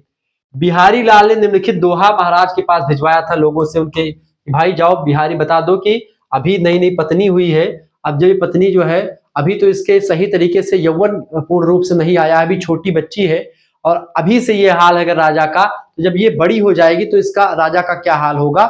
मतलब एक कली के रूप में उसको बताया कि अभी कली है और जब ये पुष्प बनेगी तो आपका क्या हवाल होगा। जैसे एक भंवरा जो होता है, अली कली ही सौ बंध्यो आगे कवन हवाल, अभी जिस तरीके से एक भंवरा जो होता है वो बंध जाता है, किसमें किसमें बन जाता है, कली में बन जाता है, कली में जो है जाकर के वो एकदम से चला जाता है, बन जाता है, ठीक है। ऐसे ही राजा उस जो है नवोड़ा पत्नी के प्रेम में एकदम से बंध चुके हैं, ठीक है, उससे उबरना नहीं चाह रहे हैं, ठीक है। और जब वही बिहारी कहते कि अगर आगे जब इस पत्नी का एकदम से ये फूल बनेगी तब क्या हाल होगा राजा का, इसी के लिए पूरी प्रजा परेशान थी जयसिंह से। अब बिहारी लाल जो कि उनके दरबारी कभी हुआ करते थे, बिहारी लाल ने लिख करके भेजा राजा को ही चिट्ठी जाकर के पढ़ा दो, उनके जो नौकर वगैरह थे अंगरक्षक थे, तो वो लेकर के राजा को देते, राजा को ज्ञात होता कि हाँ हम गलत कर रहे हैं, फिर राजा अपने ट्रैक पर आते और राजपाट देखना शुरू कर देते। क्या लिखते हैं कि नहीं पराग नहीं मधुर मधु और नहीं विकास इहि काल, नहीं पराग, पराग माने से फूल में एकदम पराग वराग आ जाते हैं, नहीं पराग नहीं मधुर मधु और नहीं विकास इहि काल, अली कली ही सो बंध्यो आगे कौन हवाल। राजा के लिए कहा, जिस तरीके से भंवरा जो होता है कली में फंस जाता है और उसी कली में बंद होकर के अपने प्राणों की आहुति देता है, उसी के इर्द गिर्द घूमता रहता है, और जब वो फूल बनेगा तब भंवरे का क्या हाल होगा। यानी भंवरा माने राजा और कली माने वो लड़की जिसके साथ राजा की शादी हुई थी, ठीक है। तो लिखते हैं क्या कि नहीं पराग नहीं मधुर मधु नहीं विकास इहि काल, अली कली ही सो बंध्यो आगे कौन हवाल। अली माने भंवरा, कली माने पुष्प की, जिस तरीके से भंवरे को पुष्प में बांध लेती है कली, ठीक है, तो ऐसे ही राजा को बांध चुकी है वो लड़की। इस दोहे की महाराज पर अनुकूल प्रतिक्रिया रही, अनुकूल मतलब कि महाराज को समझ में आ गया कि हाँ हमको हम कुछ गलत कर रहे हैं, हमको राजपाट देखना चाहिए। बहुत सारे राजाओं को प्रतिकूल प्रभाव पड़ सकता था कि ये जो है हमको कैसे बोल सकता है कि हम रानी के प्रेम में पड़े हुए हैं, ठीक है, तुरंत तो उसको भगा देता, लेकिन इसने समझा राजा ने। उन्होंने बिहारी को पर्याप्त स्वर्ण मुद्राएं देकर के सम्मानित किया कि भाई आपने मुझे सचेत किया। बिहारी का एकमात्र ग्रंथ है सत्सई, यही इनकी अक्षय कीर्ति का आधार स्तंभ है। इसमें 726 छंद हैं, यह मुख्यतः श्रृंगार प्रधान रचना है। इसमें आराध्य वंदना, नखसिक वर्णन, स्त्रियों के शरीर का वर्णन, ऋतु का वर्णन, नायिका भेद, नीति, भक्ति, वैराग्य, दर्शन, ज्योतिष, सभी के दोहों का वर्णन आपको मिलेगा। एक ही रचना है और एक ही रचना बहुत भारी है हिंदी साहित्य के अन्य रचनाओं पर। बिहारी रसिक कवि थे, परंतु इनकी रसिकता नागरता से ओतप्रोत थी।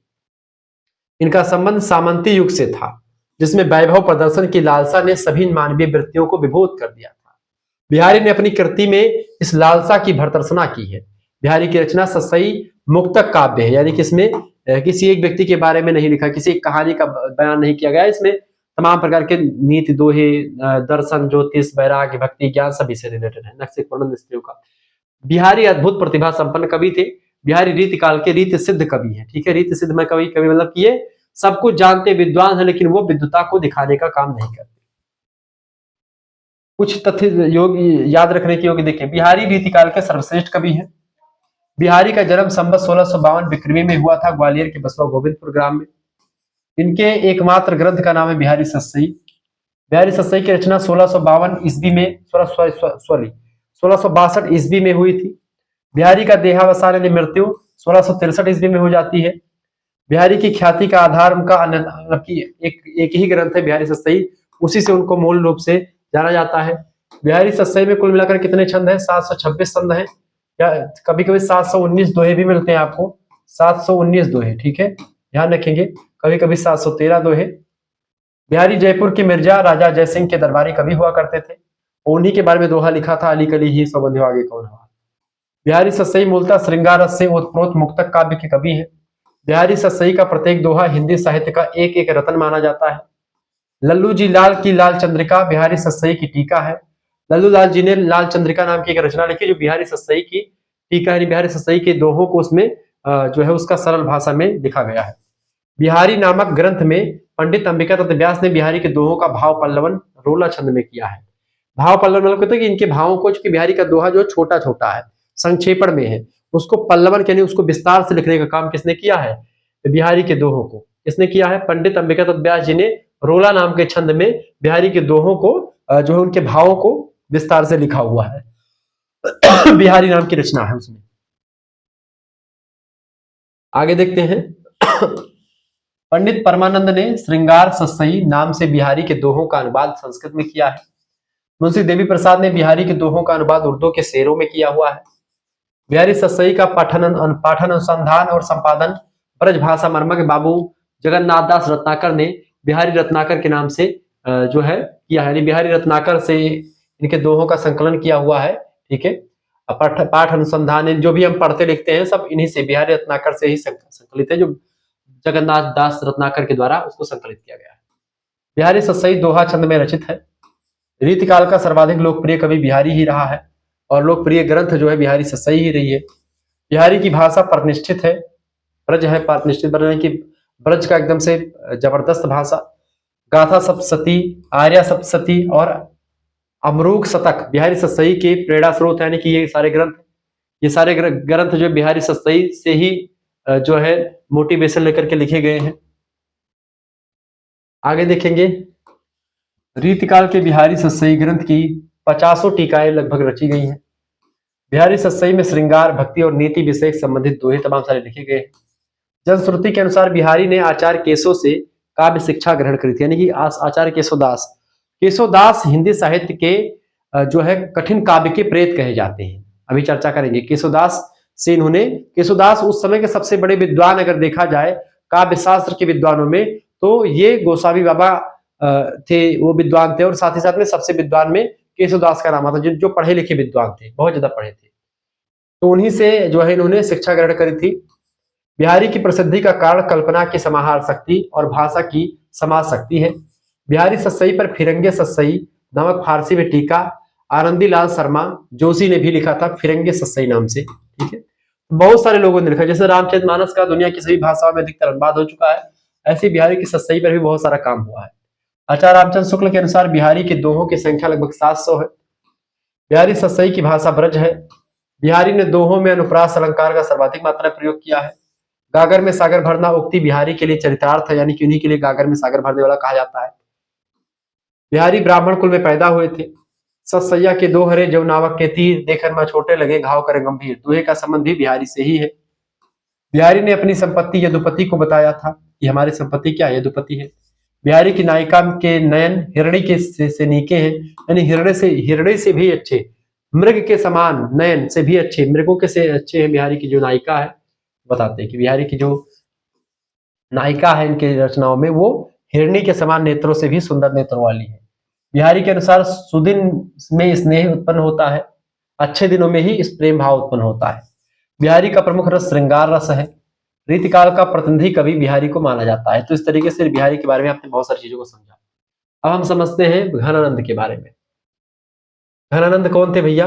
घनानंद की अगर बात की तो घनानंद जो है वो प्रेम के पीर का कवि कहा जाता है इनको, यानी कि इनको ब्रेकअप मिला था प्रेम में। सुजान नाम की एक नर्तकी थी, मोहम्मद शाह रंगीले के दरबार में नृत्य किया करती थी, उन्हीं के दरबार में ये कवि हुआ करते थे। दोनों में प्रेम संबंध था, ठीक है।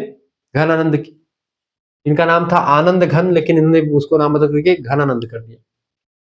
संक्षिप्त परिचय, देखिए घनानंद रीत मुक्त धारा के श्रृंगारी कवि हैं। इनका जन्म 1689 ईस्वी में हुआ था। मृत्यु नादिर शाह के आक्रमण के समय 1739 ईस्वी में हो गई थी।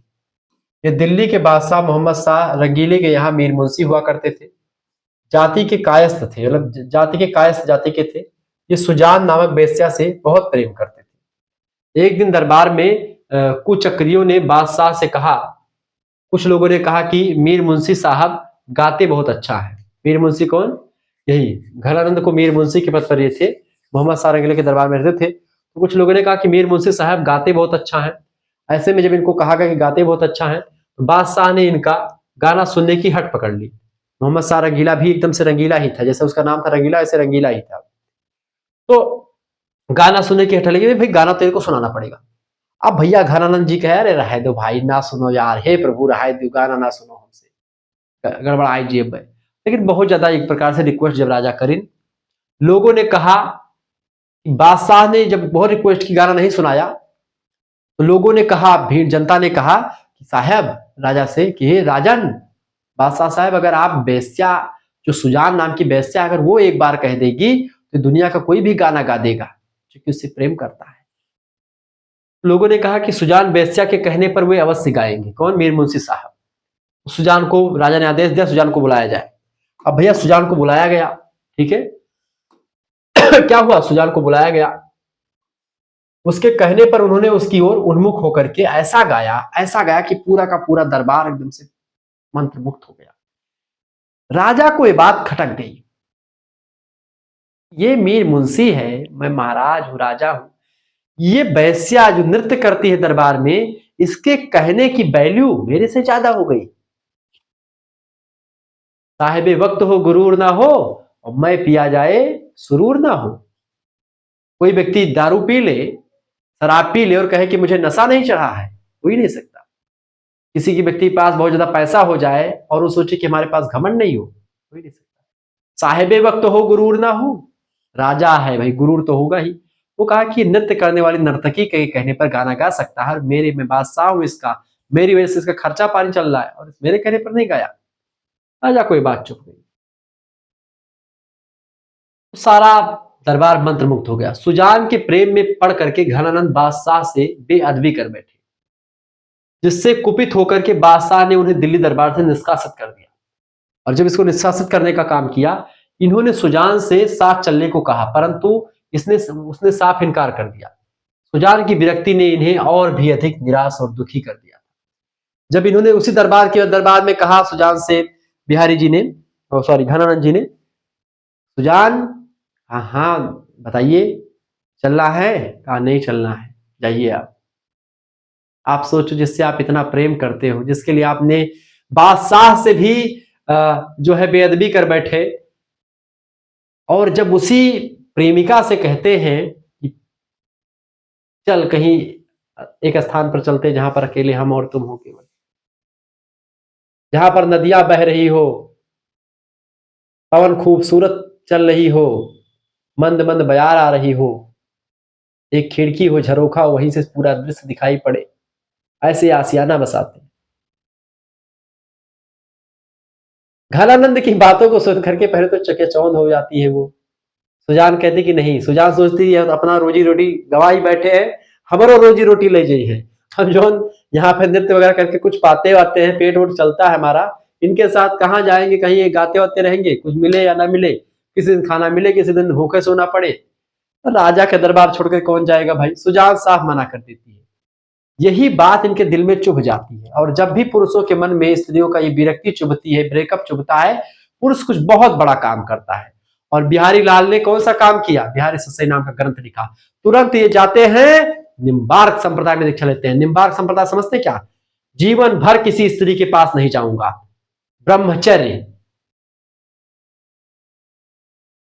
घनानंद इसीलिए इनको प्रेम की पीर का कवि। लेकिन भले ही वो उनके साथ नहीं गई, लेकिन उसकी रिस्पेक्ट, उस वैश्या की रिस्पेक्ट इनके दिल में कम नहीं हुई। और इतने ग्रंथ लिखे, सुजान दस्तखान, सुजान के बारे में लिखा, सुजान हित, सुजान सागर, खूब लिखा। वृंदावन चले जाते हैं। भगवान श्री कृष्ण के प्रति अनुरक्त होकर के निम्बार्क संप्रदाय में श्री वृंदावन देव से दीक्षा लेते। श्री वृंदावन देव इनके दीक्षा गुरु हैं। श्री वृंदावन देव से निम्बार्क संप्रदाय में दीक्षा ले लेते हैं।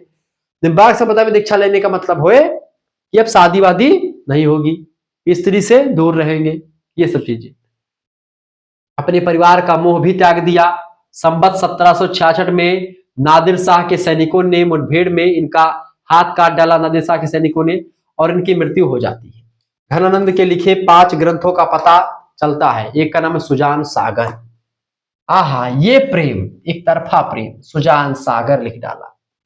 विरह लीला, आहा वारे ग्रंथ, विरह लीला पढ़ डालो भैया, जगह जगह ब्रेकअप भाव का सब पढ़ डालो सर्च के गूगल पे। सुजान सागर, विरह लीला, लोक सागर, रस केली बल्ली, कृपा का, ये सारी रचनाएं हैं। सुजान हित भी लिखा। आचार्य शुक्ल के अनुसार इसके अतिरिक्त इनके कवित्व और सवैयों के फुटकल संग्रह भी मिलते हैं अलग अलग जगहों पर, जिसमें 150 से लेकर के 400 तक छंद संकलित है। डॉक्टर नगेंद्र ने इनके कवित्व सवैयों की संख्या 752 बताई है, पदों की संख्या 1057 बताई है, और दोहे चौपाइयों की संख्या 2354 बताई है, यानी 2354।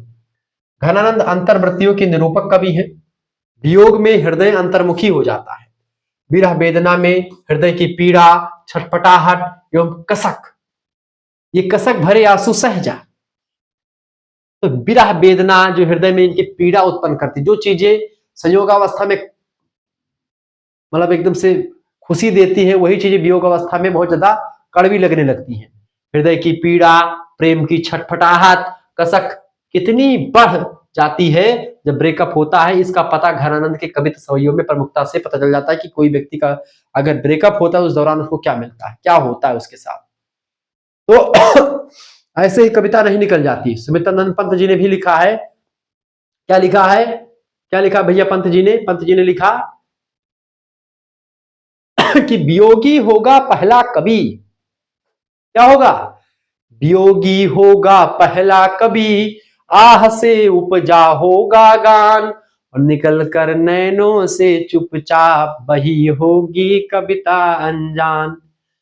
यानी कि ऐसा जो पहला कवि होगा जरूर वियोगी रहा होगा, ब्रेकअप वाला रहा होगा, इसको धोखा मिला होगा प्रेम में। उसने उसके हृदय से, हृदय के अंतरतम गहराइयों से चीजें निकली होंगी और नैनों से कविता रूपी चीजें प्रकट हुई होंगी। यानी जो बातें आती हैं कवि के मन में, वो सब जब विरह वगैरह वेदना झेलता है वो लिख पाता है। घनानंद प्रेम व्यंजना के पीर के कवि कहलाते हैं, इसलिए इनको प्रेम का पीर कवि कहते हैं। वियोग वर्णन में वे अद्वितीय है, इनके ऐसा वियोग वर्णन किसी ने नहीं किया, क्योंकि इन्होंने वियोग को झेला है और जो झेला उसी को लिखा। घनानंद को स्वच्छंदतावादी काव्यधारा का कवि इसलिए कहा जाता है क्योंकि उन्होंने रीति की बंधी बधाई परिपाटी का अनुकरण ना करके हृदय की स्वच्छंद वृत्तियों का पर काव्य रचना लिखी है। इन्होंने किसी से कि भाई अलंकार, रस, छंद, इन सभी पे फोकस नहीं किया, हमको यही लिखना है जो रीतकाल कवि लिख रहे हैं। रीतकाल से मुक्त होकर कवि लिखते हैं, रचना लिखते हैं, इसीलिए घनानंद रीत मुक्त कवि है। घनानंद, आलम, बोधा, ये सब ब्रेकअप वाले कवि हैं, प्रेम के पीर वाले कवि हैं। ठीक है, ये सब कभी नहीं देखते कि रीति बद्ध में बद्ध करके रचना लिखते, खूब मुक्त होकर के लिखते हैं, किसी काल को नहीं होता है। देखिए, घनानंद प्रेम की मस्ती विशेषता वियोग श्रृंगार के कवि है ये। ठीक है, विशेषता कैसे कवि है ये प्रेम की मस्ती यानी कि वियोग श्रृंगार के कवि है ये। ठीक है, और बिहारी संयोग श्रृंगार के कवि। श्रृंगार रस सिक्त कवि घनानंद का जन्म श्रृंगार रस इनके रचना में था, लेकिन वो वियोग श्रृंगार था। संवत 1746 के लगभग में हुआ था। ये कायस्थ विक्रमी में, ये कायस्थ जाति के ब्राह्मण थे। इनका प्रारंभिक जीवन दिल्ली तथा उत्तर जीवन वृंदावन में बीता था। कहा जाता है कि दिल्ली शाहजहां मोहम्मद शाह रंगीले के दरबार में मीर मुंशी के पद पर काम किया करते थे। घनानंद रीति काल के कवि हैं और रीति मुक्त परंपरा के हैं। घनानंद की रचनाएं विरह लीला, सुजान सागर, इश्कलता, प्रेम पद्धति, पदावली और कृपाकांड जैसे ग्रंथों को लिखा। घनानंद ने अपनी कविता में ब्रज भाषा का प्रयोग, यानी कि जितने भी रीतिकाल के कवि हैं सभी ने ब्रज भाषा में ही रचनाएं लिखी हैं। घनानंद की मृत्यु संवत 1817 ईस्वी में हो जाती है। सुजान नामक वेश्या पर घनानंद आसक्त हुआ करते थे, प्रेम करते थे उससे। घनानंद रीतकालीन रीत मुक्त काव्यधारा के कवि हैं। सुजान के हंसकर बोलने की छवि से फूलों की वर्षा उन पर हो जाती है। यानी जब सुजान हंस करके इनसे बोलती तो लगता है कि फूलों की बरसात हो रही इन पर। ठीक है।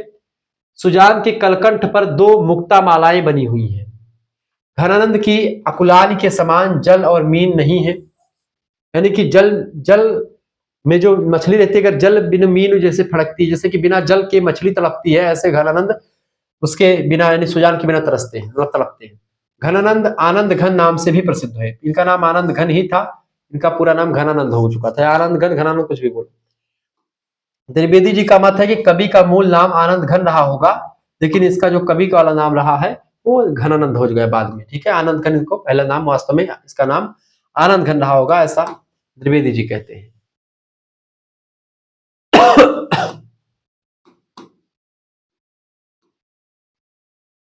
सुजान के प्रेम में पड़कर के घनानंद बादशाह से बेअदबी कर बैठे थे और इसी कारण से उनको दरबार से निकाल दिया गया था।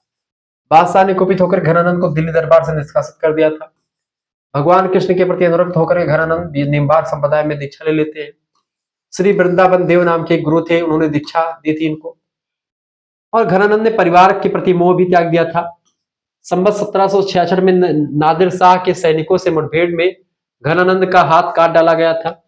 शुक्ल जी के विचार से घनानंद नादिर शाह के आक्रमण के समय मारे गए थे। डॉक्टर नागेंद्र ने घनानंद की कविता सवैयों की संख्या 752 बताई है। डॉक्टर नागेंद्र ने घनानंद के पदों की संख्या 1057 और चौपाइयों की संख्या 2354 बताई है, ठीक है। ये सब ध्यान रखेंगे। कृष्ण भक्ति संबंधी इनका एक बहुत बड़ा ग्रंथ छतरपुर के राजा पुस्तकालय में, राज पुस्तकालय में आज भी रखा हुआ है। हिंदी की रीतिकालीन मुक्त हृदय और स्वच्छंद प्रवाह में बहने वाले साहित्य श्रुत कवि घनानंद ही हैं। घनानंद की रचनाओं में प्रेम संवेदना तथा भक्ति संवेदना के दर्शन एक साथ ही हो जाते हैं। निम्बार्क संप्रदाय में दीक्षित होने के बाद भी घनानंद अपनी प्रियसी सुजान को भूल नहीं पाते। उसका कसक जो इनके दिल में बना रहता है और रचनाओं में साफ झलकता है। घनानंद प्रेम व्यंजना के पीर के कवि हैं, प्रेम के पीर के कवि। घनानंद वियोग वर्णन में अद्वितीय है, इनके ऐसा वियोग वर्णन किसी ने नहीं किया।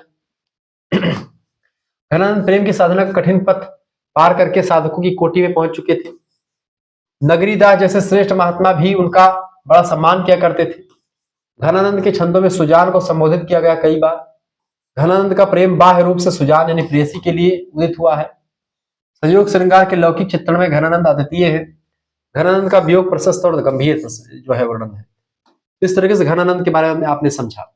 अब अगले रचनाकार आपके हैं केशवदास। केशवदास हिंदी साहित्य के नहीं बल्कि आप देखते हैं संस्कृत के भी बड़े अच्छे विद्वान थे। केशवदास जैसा विद्वान पूरे हिंदी साहित्य में कोई नहीं था। काव्य शास्त्र का विद्वान केशवदास जैसा कोई नहीं था जिस तरीके से केशवदास जी विद्वान थे। ओरछा में इनका जन्म हुआ था केशवदास जी का। इनको कठिन काव्य का प्रेत कहा जाता है, ठीक है, केशवदास को। और इनकी एक रचना है रामचंद्र का, उसको छंदों का अजायब घर कहा जाता है। छंद, अलंकार, रस, इसके इतना ज्यादा ज्ञानकार थे, इतना ज्यादा ज्ञाता थे काव्य शास्त्र के, उनके समान कोई हिंदी साहित्य में नहीं मिलता है। पांडित्य प्रदर्शन के काव्य में खूब दिखेगा आपको। इनका जन्म जो है 1560 ईस्वी में हुआ था ओरछा में। केशवदास के पूर्वज संस्कृत के विद्वान हुआ करते थे, इसीलिए इनका प्रभाव, ये भी संस्कृत के बड़े विद्वान थे। केशव ओरछा नरेश महाराजा राम सिंह के भाई इंद्रजीत सिंह के सभा कवि थे। यानी इंद्रजीत सिंह जो कि ओरछा के राजा से राम सिंह उन्हीं के भाई थे, इंद्रजीत सिंह उन्हीं के साथ में रहा करते थे, उन्हीं के सभा कवि थे। यहाँ इनका बड़ा सम्मान हुआ करता था। केशवदास के द्वारा रचित 7 ग्रंथ मिलते हैं।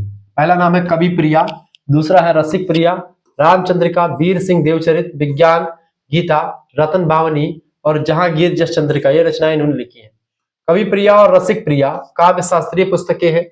केशवदास ने राम कथा का वर्णन रामचंद्रिका में किया है, ठीक है। केशवदास का महत्व इस बात में भी है कि उन्होंने क्या किया था, उन्होंने पहली बार काव्यांगों पर हिंदी में विचार किया था। इससे पहले हिंदी में काव्य के अंगों पर विचार किसी ने नहीं किया था। काव्य हेतु, काव्य का अंग क्या है, सब कुछ इन्होंने बताया। इसके पूर्व कृपाराम, मोहनलाल मिश्रा जी, कर्नेश, इन सभी लोगों ने रस, श्रृंगार और अलंकार का अलग अलग पुस्तकें लिखी थी, और एक साथ सभी काव्यांगों का परिचय किसी ने नहीं दिया था। और कविता वनिता मितनी कहते हैं कि कविता में अगर अलंकार ना हो और स्त्री के पास अगर गहना ना हो तो वो स्त्री बेकार लगती है, अगर बिना गहनों की स्त्री है। जिस तरीके से बिना गहनों की स्त्री लगती है, उसी तरीके से बिना अलंकारों के, बिना रस के, बिना छंद के काव्य जो होता है अधूरा लगता है, ठीक है। तो केशव ने यही किया कि इसीलिए मतलब इन्होंने क्या किया, रस, छंद, अलंकार को एक साथ में परिभाषित किया, बताया कि किस तरीके से इसका प्रयोग होना चाहिए। इसलिए वे हिंदी के प्रथम आचार्य माने जाते हैं। वे काव्य में अलंकार को अधिक महत्व देते हैं। केशव कवि और आचार्य के रूप में प्रसिद्ध हुए, यानी आचार्य केशवदास, कवि केशवदास। कवि भी इनकी जबरदस्त है और आचार्य में तो विद्वान है ही। उन्होंने काव्य साधना ही नहीं की बल्कि काव्य शास्त्र का भी अपने ढंग से विवेचन किया। सन 1617 ईस्वी के आसपास इनकी मृत्यु हो जाती है। हिंदी साहित्य के महान विद्वान थे ये, और रचनाएं इनकी इतनी जबरदस्त हैं, इतनी कठिन भाषा में लिखी, इसलिए इनको कठिन काव्य का प्रेत भी कहा जाता है। देखिए, आचार्य केशवदास को आचार्य रामचंद्र शुक्ल के समय विभाग की दृष्टि से यद्यपि भक्ति काल में स्थान दिया गया है, लेकिन ये रीति काल के समय काल के हैं। प्रवृत्ति की दृष्टि से वो रीति काल के अंतर्गत आते हैं। केशवदास से हिंदी की रीति परंपरा प्रारंभ होती है। केशवदास ही हिंदी के रीति काल के प्रवर्तक हैं। केशवदास हिंदी के प्रमुख अलंकारवादी माने जाते हैं। केशवदास का जन्म 1560 ईस्वी में और मृत्यु 1617 ईस्वी में हुई थी। ये ओरछा नरेश महाराजा राम सिंह के भाई इंद्रजीत सिंह के आश्रय में रहते थे। केशवदास के रसिक प्रिया, कवि प्रिया और छंदवाला ग्रंथ जो है उसमें रीति से रिलेटेड रचनाएं, रीति परक ग्रंथ है ये।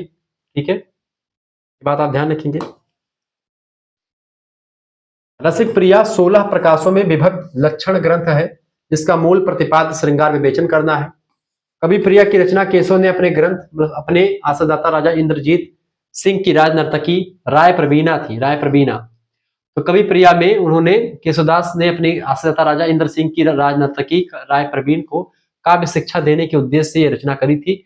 राय प्रवीण ने कहा था कि हमको काव्य के बारे में कुछ बता दीजिए, तो कवि प्रिया नाम की रचना लिखी थी इन्होंने उनके लिए। रामचंद्रिका केशवदास के द्वारा रचित राम कथा पर आधारित एक महाकाव्य है। केशवदास की कविता में क्लिष्टता के कारण इन्हें कठिन काव्य का प्रेत कहते हैं, कठिन है रचना। इनकी रचनाओं को विद्वान लोग पढ़ने से घबराते हैं, इतना जबरदस्त, इतना कठिन भाषा में लिखा है। विज्ञान गीता केशवदास का आध्यात्मिक ग्रंथ है। छंदमाला कृति में केशव ने 71 छंदों के लक्षण और उदाहरण प्रस्तुत किए हैं, ये बात आप ध्यान रखेंगे। इस तरीके से आप लोगों ने बहुत सारे प्रश्नों को समझ लिया है। तो आपके भक्ति काल और रीति काल आज के वीडियो के माध्यम से समाप्त हो गए। भक्ति काल अगले वीडियो में मैंने समाप्त किया था, आज रीति काल भी आपका समाप्त हो चुका है। ठीक है, यानी कि बिहारी, केशव, घनानंद और तुलसीदास जी के बारे में आज की वीडियो के माध्यम से हमने देखा। उससे पहले वाली वीडियो में हमने क्या देखा था, पहले पार्ट में हमने देखा था आपका केशवदास मतलब सूरदास के बारे में, कबीरदास के बारे में और मलिक मोहम्मद जासी के बारे में। आगे की रचनाएं जो हो, मतलब आगे की जो होगा तो उसमें हमारे पेपर में और डिस्कस करूंगा। हिंदी का हमारे पेपर जल्द ही आपका तैयार हो रहा आएगा, ध्यान रखेंगे। मिलते हैं फिर नेक्स्ट वीडियो के लिए। जय हिंद जय भारत। वीडियो पसंद आया तो प्लीज वीडियो को लाइक कर दीजिए और सभी दोस्तों तक इस वीडियो को पहुंचा दीजिए। हिंदी के आप टीजीटी, पीजीटी, नेट, जेआरएफ की तैयारी करेंगे, सबके लिए लेक्चर बहुत ही महत्वपूर्ण है। सबके लिए यहाँ आपका पीडीएफ इंपॉर्टेंट है, तो ये पीडीएफ अगर आप प्राप्त कर लेते तो आपके लिए बहुत जरूरी होगा टीजीटी, पीजीटी, नेट, जेआरएफ के लिए। आपको अगर पीडीएफ प्राप्त करना है, एसएमएस करें 91 61 93 60 62। सभी सब्जेक्ट का पीडीएफ मिलेगा, सेकंड सेमेस्टर, फर्स्ट सेमेस्टर सभी का। ठीक है, अगर दोनों सेमेस्टर का लेंगे तो दोनों सेमेस्टर का फीस एक साथ 150 रुपए है। ठीक है, और अगर आप एक एक सेमेस्टर का लेंगे तो 100 रुपए फीस पड़ेगी। ठीक है, अपने विषय का नाम, अपना नाम, अपने यूनिवर्सिटी का नाम, अपने सब्जेक्ट नेम बता दीजिएगा। जैसे आप इतना लेकर के भेजेंगे, आपके पास एक क्यूआर कोड भेजा जाएगा। उसी क्यूआर कोड पर आपको मात्र 100 रुपए फीस जमा कर देनी होगी। केवल एक सेमेस्टर की फीस कितनी है, 100 रुपए है। लेकिन अगर आप फर्स्ट सेमेस्टर और सेकंड सेमेस्टर दोनों का एक साथ जोड़ेंगे तो आपका फीस कितना लगेगा, 150। वैसे अलग अलग जोड़ेंगे तो 200 रुपए लगेगा, लेकिन एक साथ लेंगे तो 150 रुपए ही लगेगा। अभी के लिए ऑफर चल रहा है, पेपर तक आपके फर्स्ट सेमेस्टर के पेपर तक आपका ये ऑफर चल रहा है, तो आप इस ऑफर का फायदा उठा सकते हैं, 50 रुपए की कम। ठीक है, इसमें क्या क्या मिलेगा आपको, सबसे इंपॉर्टेंट बात है कि सभी सब्जेक्ट का लाइव क्लास, वीडियो लेक्चर्स, ठीक है, पीडीएफ नोट्स आपका ऑब्जेक्टिव लिखे दोनों टाइप का होगा। सेकंड सेमेस्टर में तो सभी पेपर आपके ऑब्जेक्टिव होंगे। मेजर का पेपर भी ऑब्जेक्टिव होने वाला, सभी विश्वविद्यालय में परीक्षा ऑब्जेक्टिव होने वाली सेकंड सेमेस्टर की। सेकंड सेमेस्टर की शुरुआत से पढ़ाई, जैसे फर्स्ट सेमेस्टर का पेपर खत्म होगा, सेकंड सेमेस्टर की तैयारी जो है शुरू हो जाएगी बहुत ही तीव्र गति से। तो आपके लिए, सभी के लिए वो मॉडल पेपर तैयार किया जा रहा है, सब कुछ मिल जाएगा। फर्स्ट सेकंड दोनों सेमेस्टर का आपको मिलेगा। ठीक है, सभी सब्जेक्ट का आपका मेजर, माइनर, को-करिकुलर के आपके 5 प्रैक्टिस सेट ऑलरेडी ऑब्जेक्टिव वाला अवेलेबल हो चुका है। ऑब्जेक्टिव पेपर ही आएगा आपका, उसके लिए मैराथन क्लास की तैयारी हो रही है। सब कुछ आपको मिलेगा मात्र और मात्र इसी पैसे में। ये बात ध्यान, को-करिकुलर, मेजर, माइनर सबका मिलेगा सभी विश्वविद्यालय के लिए। आप बिहार से हैं, राजस्थान से हैं, ठीक है, या आप उत्तर प्रदेश की किसी यूनिवर्सिटी से हैं, ठीक है, सभी के लिए इंपॉर्टेंट जो कि हिंदी साहित्य का इतिहास, हिंदी काव्य, यही सब आपको पढ़ना है।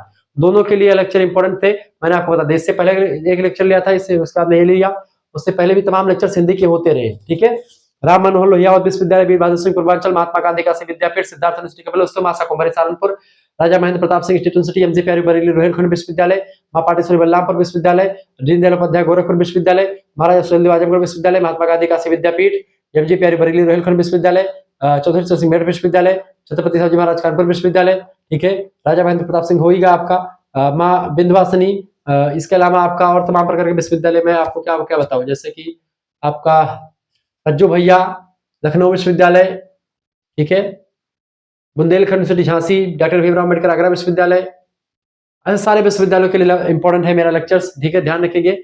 वीर बहादुर सिंह पूर्वांचल विश्वविद्यालय। जय हिंद, जय भारत। वीडियो को लाइक कर दीजिएगा, चैनल पर अगर नहीं तो सब्सक्राइब कर लीजिएगा, क्योंकि आपका second semester, third semester, fourth semester सभी की तैयारी, अगर आपको नहीं जुड़ना तो यूट्यूब पर की वीडियोस अगर हम हमारे देख लेंगे तब भी आप काफी अच्छा नंबर पाएंगे। तो ऐसा बात नहीं कि यूट्यूब पर आपको नहीं, यूट्यूब और सब कुछ आपको मिलेगा, तो यूट्यूब और सब कुछ आप पर मात्र और मात्र केवल अगर अब जुड़ना है तो 100 रुपए 150 रुपए की फीस है, 150 रुपए में 2 सेमेस्टर, 100 रुपए में 1 सेमेस्टर, सभी सब्जेक्ट की मैं बात कर रहा हूँ, जियोग्राफी, हिंदी, संस्कृत, ठीक है, सारे सब्जेक्ट, समाज शास्त्र, शिक्षा शास्त्र, सारे सब्जेक्ट मिलेंगे। धन्यवाद।